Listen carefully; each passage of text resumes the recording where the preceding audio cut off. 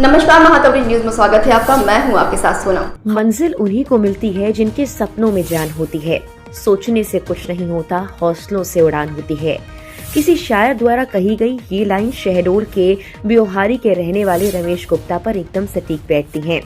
और जब किसी इंसान द्वारा वर्षों पहले देखा गया ख्वाब उसी की आंखों के सामने साकार हो जाए तो आंखों का नम होना स्वाभाविक है। अब जब रामलला के प्राण प्रतिष्ठा की तैयारी पूरी हो चुकी है, 22 जनवरी को रामलला अपने घर अयोध्या में विराजमान होने जा रहे हैं।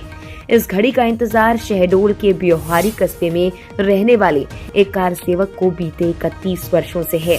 दरअसल 6 दिसंबर 1992 को अयोध्या में विवादित ढांचे गिरने के दौरान वहां मौजूद रहे रमेश प्रसाद गुप्ता आज भी अपने पास 6 दिसंबर की स्मृतियां सहेज कर रखे हुए हैं।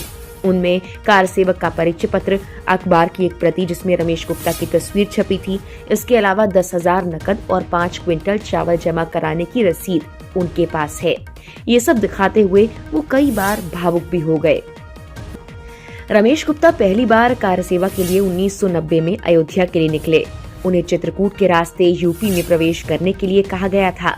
जैसे ही चित्रकूट की सीमा पर पहुंचे तो यूपी पुलिस ने उनको गिरफ्तार कर लिया और नारायणी जेल में माहौल शांत होने तक बंद रखा।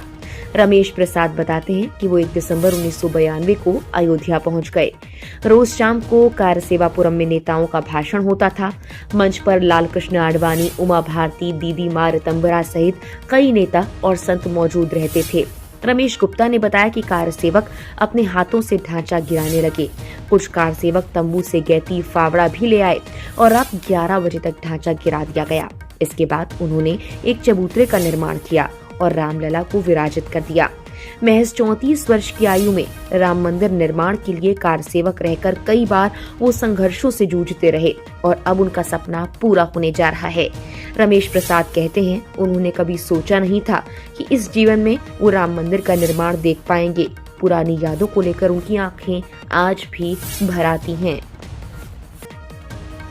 6 दिसंबर 1992 को हम ब्योहारी से 1 दिसंबर को अयोध्या जी पहुंच गए थे। वहाँ प्रतिदिन कार सेवकपुरम में आम सभा होती थी और मैं प्रतिदिन शाम 4 बजे अपने राष्ट्रीय नेताओं का, जिसमें माननीय आडवाणी जी, साध्वी उमा भारती जी, साध्वी रितंभरा जी और अन्य राष्ट्रीय नेताओं का प्रवचन भाषण होता था, मैं प्रतिदिन वहाँ सुनने जाता था।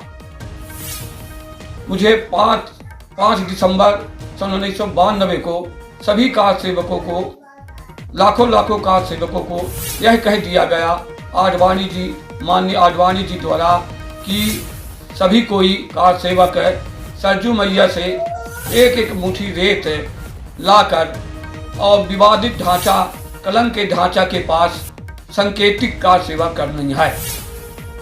तब लाखों सेवक, कार सेवक जो 10 दिन से सरजू मैया के किनारे रेत में पड़े थे, ठंड में, सब में एक उबाल आया कि हम लोगों को इसी प्रकार से सन 1990 में कार सेवा के लिए बुलाया गया, जिसमें माननीय हम सभी कार सेवक 6 दिसंबर को सरजू मैया से एक मुट्ठी रेत लेकर वही कार सेवकपुरम में उन्हीं नेताओं के पास फिर गए।